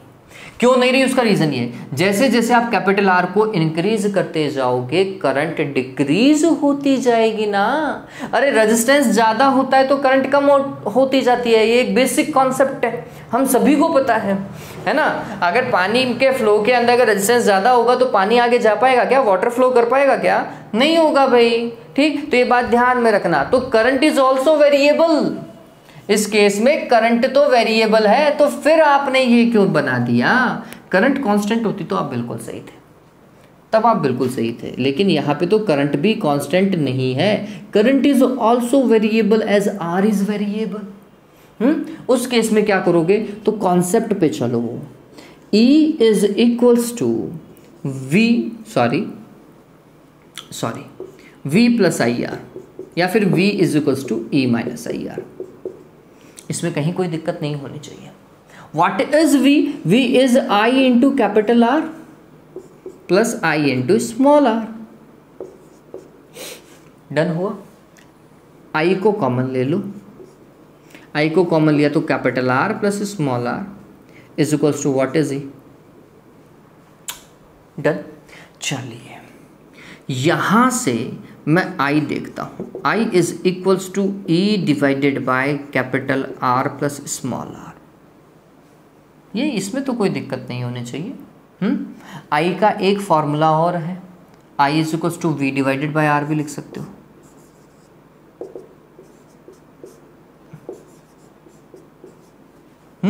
तो इस R को क्या करो, क्रॉस मल्टीप्लाई करवाओ, तो V is equals to E into R divided by R plus small r, या फिर आपने मल्टीप्लाई करवाया तो या फिर डिवाइड करवा दो ऐसा, सॉरी बच्चों ये ऐसा। चलो ये क्या हुआ, E माइनस ये तो 1 हो जाएगा, 1 plus R divided by capital R। मैं यहाँ तक पहुँचने में बहुत टाइम लगा दिया, ये बहुत सिंपल सा था, पता नहीं क्यों मैंने इतना ज़्यादा कर दिया, बहुत सिंपल सा था। यहाँ से ही देखो इसको, बहुत सिंपल है ये, E is equals to V plus I into small r। I को चेंज करो, I को क्या कैसे चेंज किया बच्चों, I को चेंज किया अपन ने V divided by capital R से, ठीक है, ऐसा कुछ किया अपन ने। तो यहाँ से v को कॉमन ले लीजिए, v आएगा 1 plus small r divided by capital R। बताओ ठीक है क्या? तो v इज इक्वल टू क्या हो जाएगा, e minus 1 plus small r divided by capital R। आया? तो इतनी रामायण करी या ऐसे भी आ जाता, वो तो अब जिस प्रोसेस में आया वैसे आ गया, आएगा यही। v का फॉर्मूला ध्यान में रखिए, v इज इक्वल टू होता है जब करंट वेरिएबल होती है ना, तब आप कुछ इस तरीके का कॉन्सेप्ट दिमाग में रखेंगे, कुछ इस तरीके का कॉन्सेप्ट दिमाग में रखो, ठीक है, ये दिमाग में रह जाएगा। अपन ने कुछ भी ऐसा कुछ काम अलग से नहीं किया है, ये बात ऐसी ही रहेगी। चलिए ग्रेट, ये डन था ये, ओके।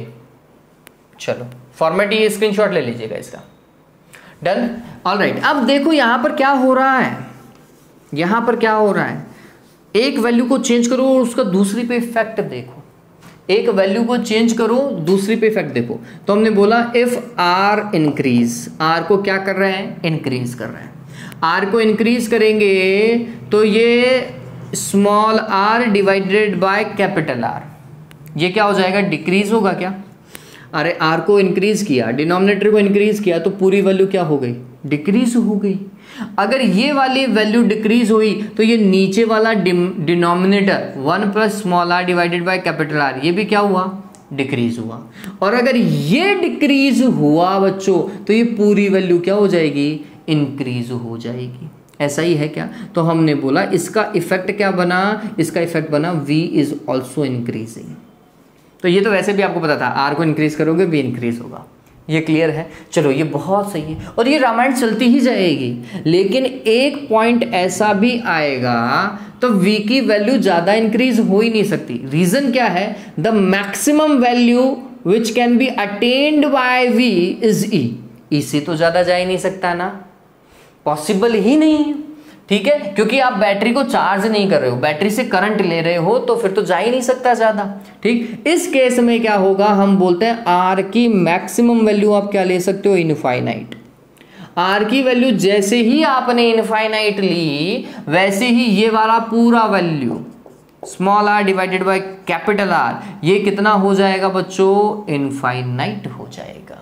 नहीं, इनफाइनाइट का है, जीरो हो जाएगा ये तो, क्योंकि 1/इनफाइनाइट जीरो होता है। तो ये जीरो, और जीरो में इसको ऐड करोगे तो 1 plus small R divided by capital R भी कितना हो जाएगा, 1 हो जाएगा। और अगर ये 1 हो गया उस पर्टिकुलर केस में v is equal to e, final value को टच कर जाएगा।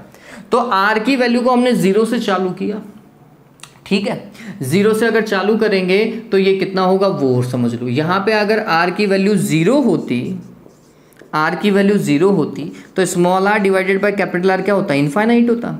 और अगर ये इनफाइनाइट है तो नीचे वाला भी इनफाइनाइट होता, ये भी इनफाइनाइट होता। और 1/इनफाइनाइट कितना होता है, 0 होता है। उस केस में v इज इक्वल टू 0। तो हमें 3 चीजें पता चली, ग्राफ चालू होगा r इज इक्वल टू 0 तो v इज इक्वल टू 0, मतलब यहीं से ही चालू होगा। v वर्सेस कैपिटल R का ग्राफ चालू तो यहीं से ही होगा। फिर v की मैक्सिमम वैल्यू कितनी अटेन हो सकती है, e, कब, जब r की वैल्यू इनफाइनाइट होगी। दूसरे पॉइंट पे आओ, यहां से r को इंक्रीज करोगे v भी इंक्रीज होगा। तो हमने बोला r को इंक्रीज किया v भी इंक्रीज हो रहा है, ठीक है। और फिर ये ग्राफ कैसा जाएगा, जैसे ही r की वैल्यू को आपने इनफाइनाइट कर दिया v is equal to e हो जाएगा। तो मैं इनफाइनाइट तो जा नहीं सकता ना, मैं इसको ऐसा ऑलमोस्ट लेकर के जाऊंगा, लेकिन इनफाइनाइट नहीं ले जा सकता, ठीक है। तो इंक्रीजिंग दिखाऊंगा, आर को इंक्रीज करने पर वी इंक्रीज होगा, लेकिन ये ग्राफ जो है इट हैज सम स्लोप और वेरिएबल स्लोप, ठीक है। इसका स्लोप कैसा है, वेरिएबल है, ये बात ध्यान में रखिएगा। चलिए, तो ये कौन सा हुआ, ए नहीं दिख रहा, वी नहीं दिख रहा, डी भी नहीं है, सी देखो, सी v की मैक्सिमम वैल्यू e अटेन हो सकती है और वो इनफाइनाइट पे होगी, c इज करेक्ट। डन हुआ ये, तो बहुत बढ़िया क्वेश्चन था बच्चों, ये बहुत बढ़िया। स्क्रीनशॉट ले लीजिए इसका स्क्रीनशॉट लो जल्दी से, फिर देखते हैं और कोई क्वेश्चन रिमेनिंग है क्या। हाँ, there is one more. Done. चलिए नेक्स्ट क्वेश्चन जो आपको दिखाई दे रहा है, देखो, the internal resistance of a cell of EMF 2 volt is 0.1 ohm। internal resistance दे रखा है, सेल का EMF दे रखा है। चलो दो वैल्यू को लिख लिया, EMF that is 2 volt, internal resistance that is 0.1 ohm. Done. Next देखिए, it is connected to a resistance of 3.9 ohm. External resistance 3.9 ohm. The voltage across the cell, मतलब टर्मिनल पोटेंशियल. अब ये भी बताना है क्या, V is equals to E minus I R कर दो रे देवताओं, है ना. और I आप निकाल सकते हो, उसमें कोई बड़ी बात है नहीं. क्या V is equals to capital I R भी होता है, तो I इज इक्वल्स टू हो जाएगा V divided by R. I तो दे नहीं रखा, I निकालो. फिर इस केस में I निकालो, इससे नहीं निकालोगे तो इससे निकालो. क्या E is equals to I into capital R plus small r से निकालो. I इज इक्वल्स टू क्या हो जाएगा, E divided by capital R plus small r. E की वैल्यू 2, R की वैल्यू इन दोनों को ऐड किया तो 4, दैट इज 1.5 या 1/2 एम्पियर. करंट की वैल्यू पता चल गई. चलिए, E की वैल्यू 2 माइनस I की वैल्यू 1/2, स्मॉल r की वैल्यू 0.1, कितना होगा रे, 2 माइनस 0.05 दैट इज 1.95 वोल्ट. अरे वाह, बहुत सिंपल है तो सवाल. देखो टर्मिनल पोटेंशियल ये आ रहा है क्या, ऑप्शन में देखो और ऑप्शन दगाओ. अगर ये ऑप्शन दे रखा है तो सही कैलकुलेशन नहीं है, तो फिर कैलकुलेशन में दिक्कत है. अरे पहला ही ऑप्शन है, दिक्कत नहीं है कैलकुलेशन में. ठीक है, तो हो गया, ये डन हुआ. ये 1999 में आया था, तो ये तो सिंपल सवाल था बहुत, इसमें तो कहीं कोई दिक्कत ही नहीं थी. हाँ, there is one more which is asked in 1988. हाँ, क्या बोल रहा है, 2 batteries of EMF 4 volt and 8 volt. एक बार के लिए आप क्वेश्चन देखिए, डायग्राम के ऊपर गौर कीजिए, जल्दी से खुद करने की कोशिश कीजिए जब तक मैं रब करता हूं. देखो क्या बोल रहा है, मैं डायग्राम ही ड्रॉ कर रहा हूं. ड्रॉ करने पर कुछ ऐसा, ये 1 ओम का है, 4 वोल्ट. और वो जो आपको तरीके से नहीं दिखाई देगा बच्चों, एक और ऐसा लगा हुआ है यहां पर, है ना, 2 ओम है. ये कितना है, 2 ओम कर लीजिएगा, 8 वोल्ट ऐसा, और ये 9 ओम का रेजिस्टेंस है. बहुत बढ़िया. बताओ, इस तरीके के सवाल को देख करके मैं सारी रामायण कैलकुलेट कर सकता हूं. कैसे, मेरे को अगर कोई करंट पूछे तो मैं करंट क्या निकालूंगा, तो हमने बोला यहाँ पे तो बैटरी की पोलैरिटी उल्टी है, तो जो ज़्यादा है ना, जिसकी वैल्यू ज़्यादा है, उसमें से कम को क्या कर दो, सब्ट्रैक्ट कर दो. तो मेरा क्या हो जाएगा, E equivalent divided by capital R plus small r equivalent, यही तो होगा. E इक्वलेंट कितना, 8 में से किसको, 4 को, 8 माइनस 4, और कैपिटल R कितना है, 9 है. R इक्वलेंट सीरीज में था, 1 + 2 कितना हुआ, 3 हुआ. चलो, तो ये कितना आ गया रे, 4 डिवाइडेड बाय 12, 1/3 एम्पियर. बताओ, करंट तो निकल गई. अब जो सवाल में पूछा है वो कर लेंगे, करंट का काम हो चुका है. अब पोटेंशियल डिफरेंस पूछा है, तो पोटेंशियल डिफरेंस इससे मल्टीप्लाई कर दो, V is equals to IR. अरे यही पूछेगा, और तो क्या पूछ सकता है इन सवालों के अंदर. 1/3 और R की वैल्यू 9, दैट इज 3 वोल्ट.